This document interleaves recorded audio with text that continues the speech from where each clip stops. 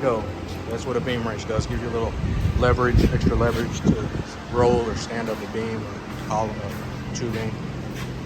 Check it out.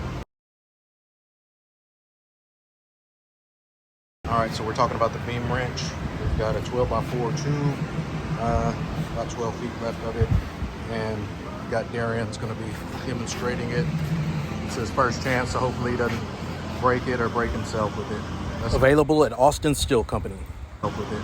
Let's go. So it just creates a little leverage. You get hooked in on the side. You have to get the positioning right. Just push it forward. So this way. So what we're going to do is try to keep it as flat as you can. And that's going to hit. And we're going to push up. Push up.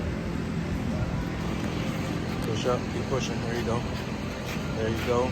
But you want to control it so don't keep going when you get it up to the top. Keep going. There, it gives you a little leverage. Keep going. Keep going. You gotta stand it up. There you go. That's what a beam wrench does. Give you a little. There you go. That's what a beam wrench does. Gives you a little leverage, extra leverage to roll or stand up a beam or column or tubing. Check it out.